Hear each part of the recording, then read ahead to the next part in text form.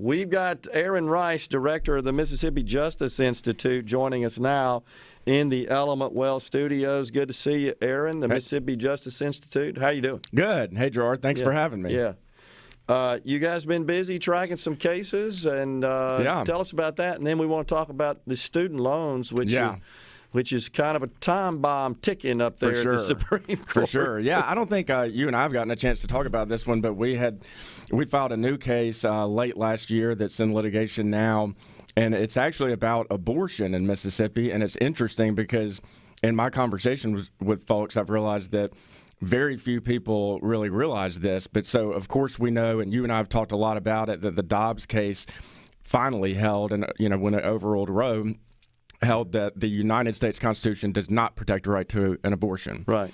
And so what I was saying that a lot of people don't understand is that every state also has its own state constitution, and those state constitutions operate completely independently of the U.S. Constitution, and so they can guarantee rights that are not guaranteed in the U.S. Constitution. And so we actually have a Mississippi Supreme Court opinion on the books here in Mississippi that says the Mississippi Constitution protects a right to abortion. Okay. That goes back to 1998. Some pro-abortion advocates brought a case in state court to litigate that under the state constitution because they weren't able to obtain, to strike down a Mississippi parental consent law under the federal constitution. So they went to state court and tried to do it there. And ultimately, the Mississippi Supreme Court held that the Mississippi Constitution protects the right to abortion. So we are in a really weird position right now where post-Dobbs, we've enacted this trigger law that says abortion is illegal in Mississippi, but we actually still have an opinion on the books from the Mississippi Supreme Court saying that elective abortion is a constitutional right in this state, under the state constitution, again, not under the federal constitution. And so we have brought a case on behalf of some pro-life obstetricians and gynecologists, and it's really interesting how this is playing out because they are under a situation where a lot of professional medical societies that are very kind of politically charged and very pro-abortion have been pushing them and pushing pro-life doctors to either provide abortions or refer patients for abortions. And if they don't do that, they might get in trouble with these professional medical societies and these board certification organizations. And so the problem is that under the way our state law operates, if these pro-life doctors get in trouble with those board certification organizations and those professional medical societies, it could trigger them getting in trouble with the state too, because they've lost their board certification or their hospital privileges or things like that. And so they're in a situation where, on one hand, a state law tells them abortion is illegal. On the other hand, it's arguably a constitutional right, or it really is still a constitutional right, and they might wind up getting in trouble with these professional medical societies and ultimately with the state. And so we filed a lawsuit on behalf of them, and we're saying to the courts, and ultimately this will be decided by the Mississippi Supreme Court, we believe, that, look, this needs to be clarified. We need the courts to tell us, is abortion in Mississippi illegal or not? Is it a state constitutional right? And my belief is that if and when this gets to the Mississippi Supreme Court will, just like the U.S. Supreme Court overruled Roe, and the Casey opinion, the Mississippi Supreme Court will overrule this case. It's called the Fordyce opinion from 1998, pro-choice Mississippi versus Fordyce. And a big part of the reason for that is because that old case relied very heavily on the Roe case and the Casey case from the U.S. Supreme Court. It looked at it, kind of followed the same path, cited it a lot, and said, we're going to do the same thing here. We think our state constitution operates the same way.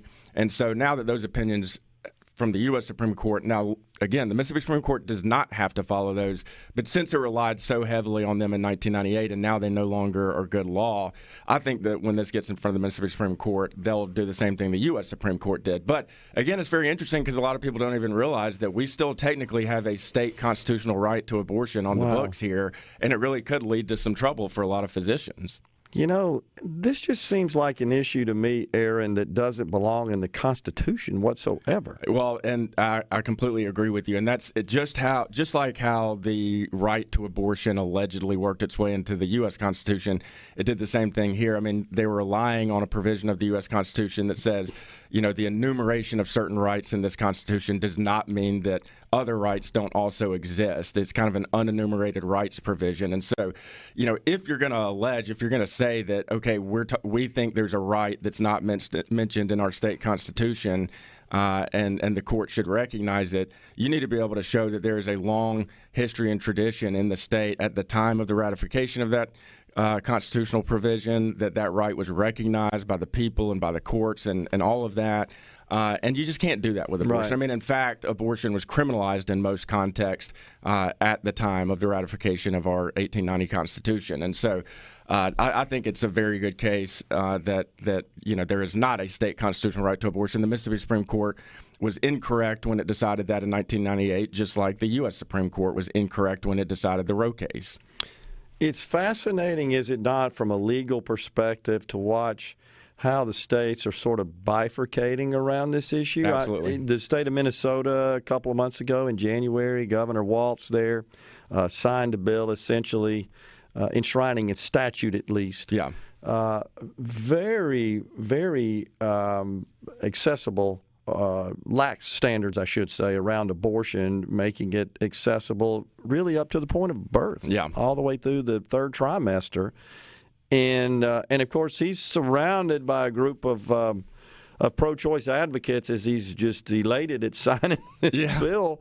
But then we have other states, such as Mississippi, that acted to immediately trigger statute, I guess, laws on the books after the Roe case that bans all abortion. And it's what's interesting to me about that is that the pro-abortion crowd has just completely ignored that. Now, the mantra leading up to the Dobbs case was, they're going to outlaw abortion nationwide. They're going to, take away your right to abortion across the board. And, people like you and I were talking then before it happened and the day it happened and trying to educate people and say that's not what's happening. This is returning the power, back to the people and to the states for each state to decide. And so, of course, you have some states like Mississippi that are very pro-life and are going to decide it this way, and other states are going to decide it another way. But, now that talking point is just kind of totally ignored now, and that it just illustrates that you and I were right about that all along. Because what we've seen now are states that are more inclined to be pro-life have all been scrambling to either enact legislation or legislation has been triggered to severely restrict abortion in the wake of the Roe decision. And then you got those such as Minnesota, the big pro-choice states, that have been going in the opposite direction, Absolutely. Making abortion way more accessible. Yep. And in some cases, even funding the procedure, travel to those states. Yep. You've got lots of major corporations that have adjusted their policies, their benefit programs to pay for their employees who live in restricted states such as Mississippi to travel to a state where it's not restricted. Yeah. And, one of the things that was so interesting to me about it when Dobbs came down and in the aftermath of Dobbs, and you still hear this sometimes, and it's just, I can't believe it, but you hear on the pro-abortion side people describe the Dobbs opinion as, undemocratic. And it's such a turning it on its head. It's the Roe case was undemocratic. Right. I mean, the court had inserted itself into a national controversy that rightly belonged to the states and to the people, for the people through their elected representatives to make this decision. It was not in the Constitution. I mean, there are things that are in the Constitution and are not up for debate. They're not. That's how our system operates, that we wanted certain things to be, outside of the democratic process. Abortion is not one of them. And so it was always intended to be something for the states to decide and the people to decide. And so going back to Roe, the court very undemocratically removed that debate from the people and said, we're going to decide it. We're going to strike this compromise and end this controversy, and we hope everybody will just get along after this. And it was, if you go back, I mean, legal scholars have said this, since the Roe opinion. If you read it, it gave very little, even impression that it was trying to actually be constitutional law. Right. It was just kind of we're going to make this decision for the people. And so to say that Dobbs is undemocratic just has it so backwards. It's the most democratic thing. It's saying we're going to get the court out of this and let this go back to the democratic process where it always belonged. It seems to me like we're going to break here that Dobbs really was in conflict with the 10th Amendment. At the end Roe, of the day, yeah, I mean, Roe, excuse me. Yeah, absolutely. Roe, yes. I completely agree. Yeah. We're taking a break right here. We've got Aaron Rice in the Element Well studios. When we come back, we're going to discuss this student loan case that's before the Supreme Court. Stay with us. Aaron Rice, director of the Mississippi Justice Institute, our guest. So the student loan deal, I mean, let's level set, provide a little background. There's some 1.5, it is estimated, $1.5 trillion of outstanding student loans that there's been a pause on repayment since 2020, right? Since the pandemic. And since then, of course, it's always been kind of hanging around out there that, oh gosh, we're going to have to resume these payments, and that's not politically popular. So the president says, well, this is the time to act. We've always wanted to forgive student loans. I'm just going to do this through executive order. I'm just going to declare that student loans are forgiven. I think it's $10,000 or $20,000, both, depending on whether or not you got a Pell Grant, right? Yeah. And there's some other income tests and so forth associated with that. But in general, it's a big old just wiping out of debt on the government balance sheet, and it's estimated to be some $500 billion, half a trillion. So some states have stepped in, right, and said, we don't think the president, and it's not so much about student debt, the idea, the concept, the merits, the negative aspects of forgiveness of student debt, but does the president have this sort of power? Yeah. What do you think? So, well, I mean, there's a lot to unpack in this, and you know, some of this relates to it, but you had mentioned that the president said we've always wanted to do this. So, I mean, that's important here. This was something that President Biden campaigned on before COVID even existed, you know, said he wanted to do this. And another thing that's important is that bills to do this have been put in front of Congress and failed. So in other words, specifically during COVID, to say, hey, does Congress actually want to wipe out the student debt, not forbear it, put a pause on it, but actually, you know, cancel the principle? And Congress has said no. And so, you know, that really illustrates that what's going on here is that the executive branch, when it can't, and we have seen this time and again, you and I have talked about so many cases that are like this, but when the executive branch can't get what they want through the normal political process, that's when they seize on a regulation, they dust off some old regulation that's very vague that Congress had passed, that gives some power to some executive official. Here it's the Secretary of Education. And they claim some unheralded power that's never been used in America before. For example, the vaccine, you know, test or vaccine mandate. You know, it's the same thing. All of a sudden, OSHA had this unheralded power that nobody knew they had. And so that's what's really the issue in this case. It gets to what's called the major questions doctrine that the U.S. Supreme Court has especially been building out lately, but it's been around for a long time. And it says, look, you know, if an executive agency is going to try to solve some major political or economic issue, we expect that Congress would have spoken clearly if Congress wanted them to do that.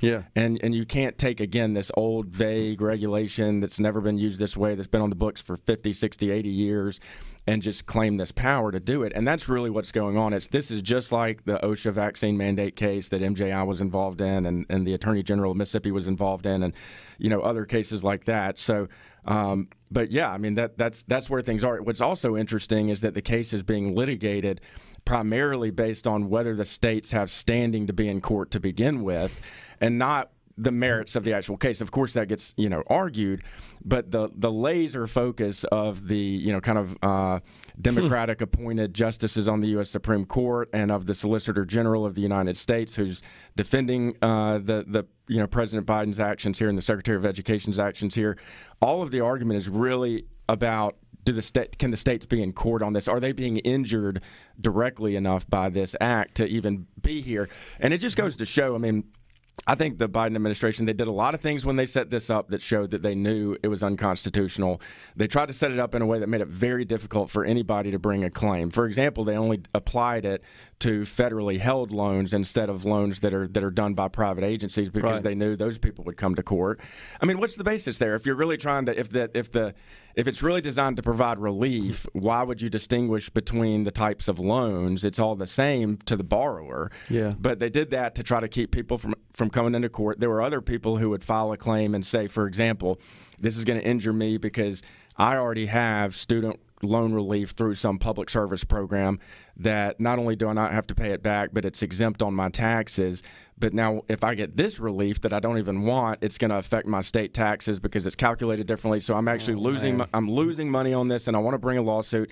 And the Biden administration, as soon as they would bring that lawsuit, they would email them or notify the court and say, we're going to treat this lawsuit as them saying they want to opt out, which we didn't even have a way to do yesterday, but we're creating a way to opt out, and we're going to consider this person opted out of the program. But they've done all of this to try to keep anybody from getting into court, and it just goes to show that it's really a clear case to me and to a lot of folks that they don't have the authority to do this to begin with, and that's why they spend so much time and effort trying to keep people out of court and setting it up in a way that makes it difficult for anybody to challenge. The nation is being run by the bureaucrats in the agency spectrum. Yeah, and it's been that way for a while, which is, I'm glad to see, and we've had this conversation, I think, but, the U.S. Supreme Court, especially with this majority it has been pushing back on that. And if we did not have the U.S. Supreme Court that we have right now, we would see a rampant escalation. I mean, we already have it, but a rampant escalation of the administrative state because they have been, again, seizing on all these unheralded powers, acting as if the executive can basically run the country on his own, or the executive branch can. And if it weren't for the U.S. Supreme Court pushing back on this, we would have seen a massive increase in administrative, powers over the last, especially since COVID. Well, with respect to this student loan forgiveness action, 26 million borrowers applied for the forgiveness. 16 million were approved. And then I guess a federal court came in and blocked it. Yeah, right? It's been stayed right now, and that's what's being fought over at the U.S. Supreme Court. Technically, it's not even really on whether it's constitutional or not, although that plays into it. You and I have talked about this kind of thing before too. It's about whether the stay that the Eighth Circuit, I believe it was, has put in place should be lifted or not, and that kind of gets to who's likely to win. Yeah. And so they're kind of talking about who's likely to win. But another point here is that this act, and again, I talked about this, old act that, and it's really not, this one is not as old as a lot of these, but it's clearly not designed to do what the administration is saying it is here. And so this is called the HEROES Act, and you can tell by the name of it. This was originally passed in 2001 in the wake of 9/11, and it was designed to allow the Secretary of Education to pause loans and do things like that for service members who were deploying. And the whole point was to say we don't want them to be in a worse position financially than they were because they've been affected by war or deployment or whatever.